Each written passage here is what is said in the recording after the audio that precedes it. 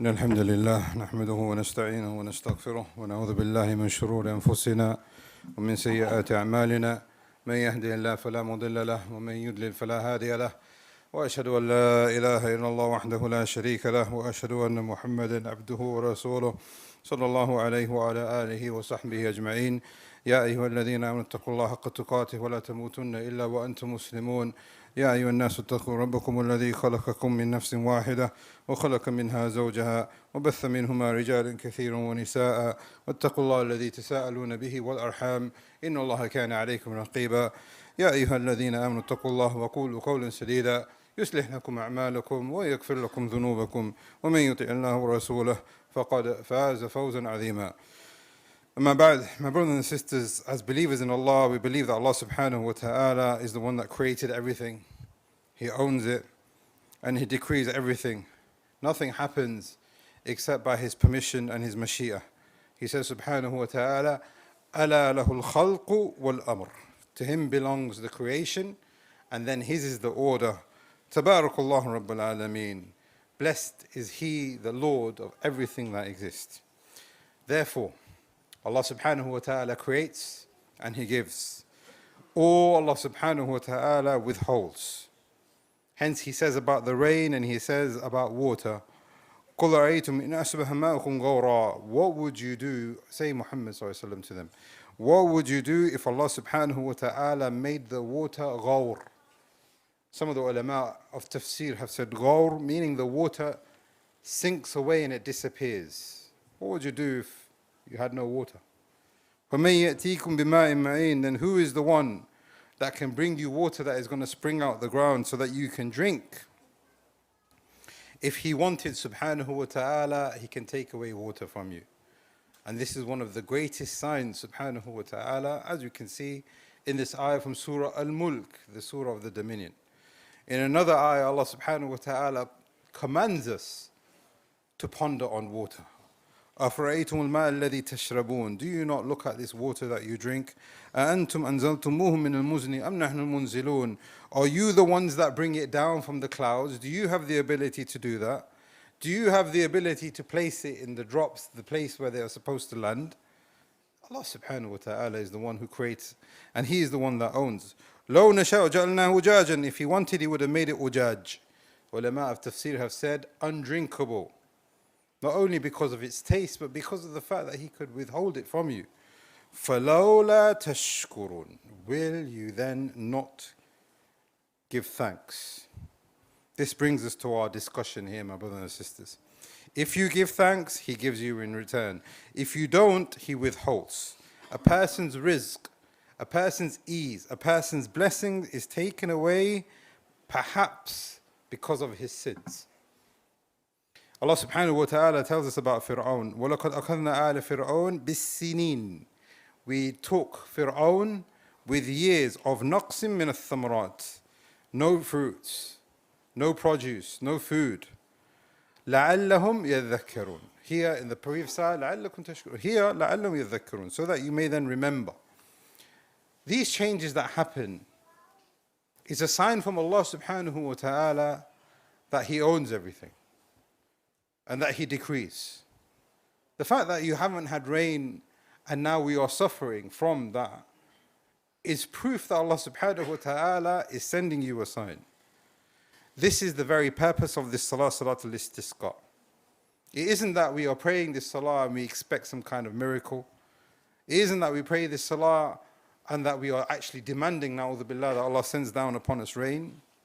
The purpose of this is for us to reflect on our connection with Allah subhanahu wa ta'ala, our hearts and whether they are sincere.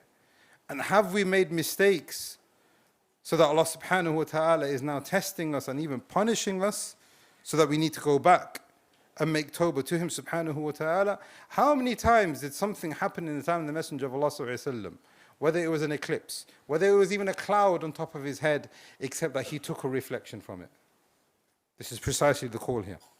Umar bin Khattab radiallahu anhu once came out for Salatul Istisqaa like this.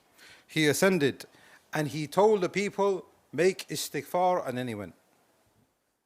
So they asked him, isn't there anything else that you want to address, O Amir al-Mu'mineen? I'm sure there's more that you could say. He said, that's all they need to hear. Istighfar. This is because when you see these changes, the believer thinks about it. It reminds him of his Lord. It reminds him of his position with his Lord. It reminds him of the Akhirah. My brothers and sisters, these changes quite often happen because of our sins, as you have heard. It could be that Allah subhanahu wa ta'ala is testing us. It might not necessarily be a sin. However, in the days and the times that we live in today, we definitely have to worry. We definitely have to ponder. We definitely have to go back and make tawbah to Allah subhanahu wa ta'ala, because we are inundated and flooded in sins. So the believer looks at this and he realizes. The believer looks at this and it doesn't pass him by as some kind of natural disaster or a change in the climate. He sees this as a reflection upon himself. Hence the word drought. In the books of fiqh and our books in the Sharia, even that's been looked at. And the ulama have defined a drought is when the rain has been prevented, meaning there's no rain, and now the creation are suffering and there is a need for rain, either because of water levels depleting or even food levels depleting, to the point now, as we can even see, that even animals or plants are suffering because of the lack of rain. And if this is because of our sins, then you can see the enormity of what we have done. Therefore, a drought is something which is serious in our religion, because it reminds you again of the dominion of Allah. It reminds you of your position with Him. But it also has legislated a khutbah and a salat. If it wasn't important, the Messenger of Allah ﷺ surely wouldn't have done this. Therefore, there is a reason. And the Messenger of Allah ﷺ used to remind the companions about their sins and to turn back to him with ikhlas and tawbah. Perhaps this is the reason. Maybe it isn't. Allah subhanahu wa ta'ala knows best. But what he also used to do is use this as an opportunity to make dua to Allah subhanahu wa ta'ala and increase in hope also. Because the believer is, or Allah is with the believer as how he thinks of him subhanahu wa ta'ala. One of the things which are unique to the Istisqaa, the Messenger of Allah used to stand up and he used to give the khutbah, and he used to get the upper wrapper and he used to turn it the other way around. And the ulama have said is that the reason why he used to do that is in hope in Allah subhanahu wa ta'ala, a turning of himself and his heart and his new actions now towards something which is better. And then what he used to do, sallallahu alayhi wasallam, this has not been seen before, and you'll probably not experience this in any other salah, is that during the khutbah, he used to make dua, as you have seen in the Jumu'ah, as you have seen in the Eid, as you have seen in other khutbah. But what he used to do is he used to do two things which were unique. He used to turn his back to the congregation and he used to face the Qibla. And then he used to lead the congregation in dua in this way. The other thing that he used to do, sallallahu alaihi wasallam, is that he used to lift his hands, not like this. To the point that some of the narrations have said that the outer part of his hands were facing upwards, which basically means that the Messenger of Allah sallallahu alaihi wasallam, out of desperation to Allah subhanahu wa ta'ala, remember we've got now ikhlas, we've got tawbah, we've got a reflection on his position with Allah.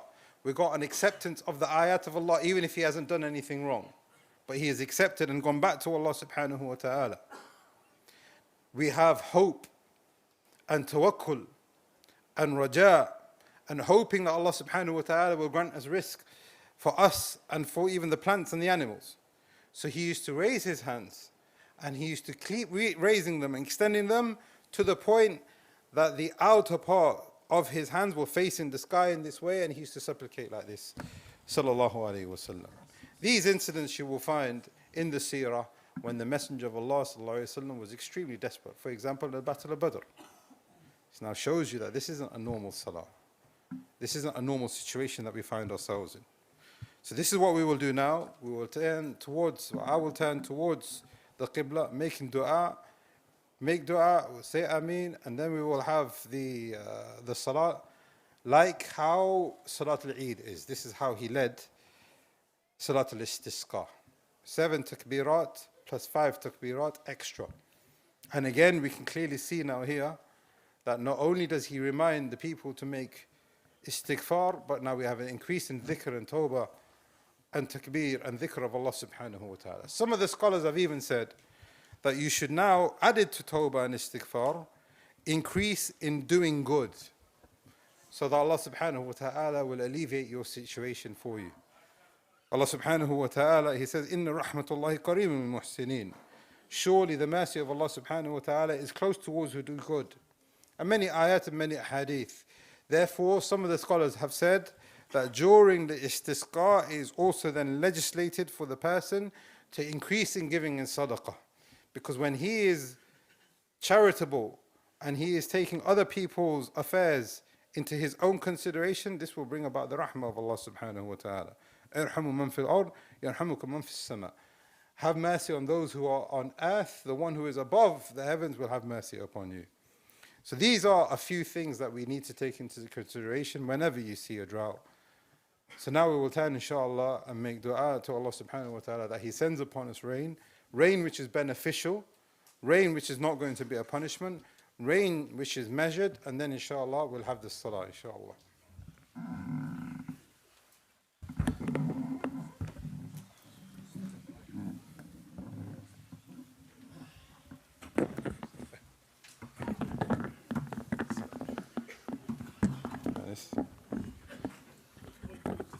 Yeah.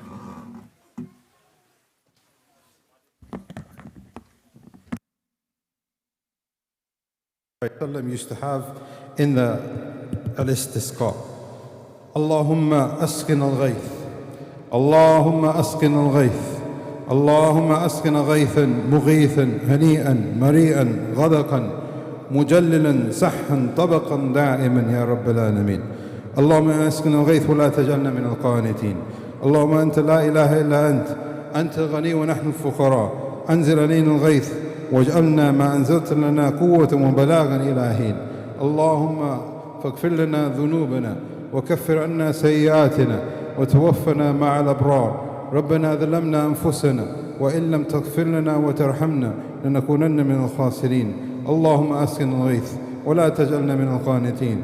اللهم أمطر علينا اللهم أمطر علينا رحمتك يا رب العالمين. ربنا آتنا في الدنيا حسنة وفي الآخرة حسنة وقنا عذاب النار. سبحان ربك رب العزة عما يصفون وسلام على المرسلين والحمد لله رب العالمين. استووا تقاربوا, straighten the lines, fill in the gaps.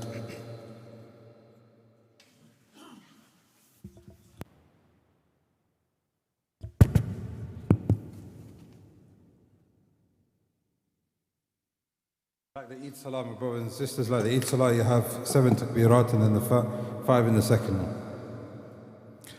Allahu Akbar. Allahu Akbar. Allahu Akbar.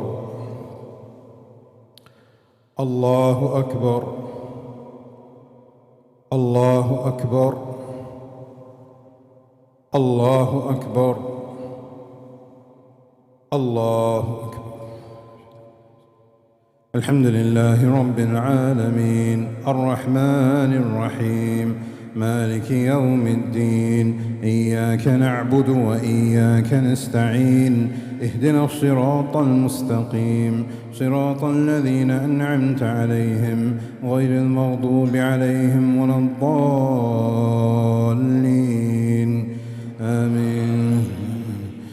قل أعوذ برب الفلق من شر ما خلق ومن شر غاسق إذا وقب ومن شر النفاثات في العقد ومن شر حاسد إذا حسد. الله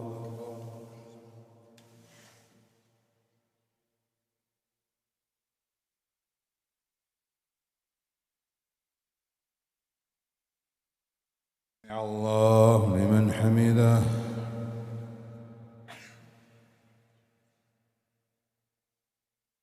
الله أكبر.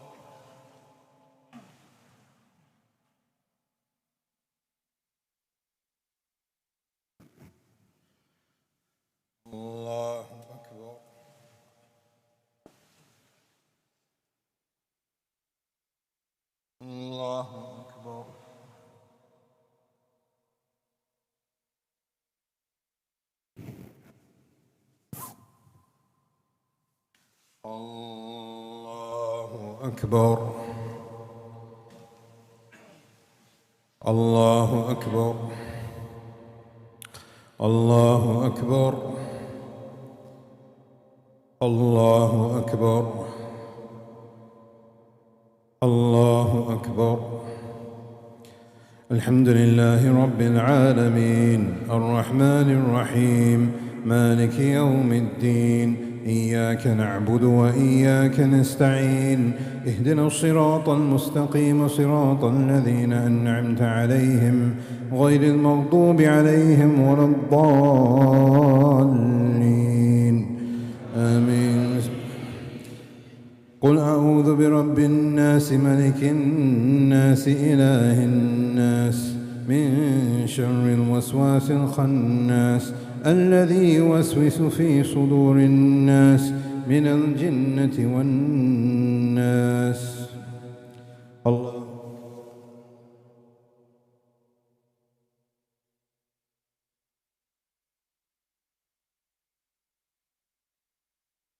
الله لمن حمده.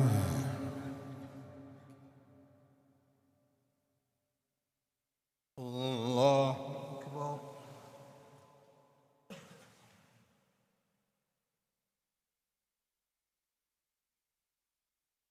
الله أكبر.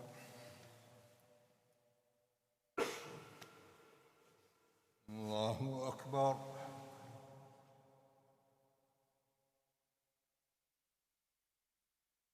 الله أكبر.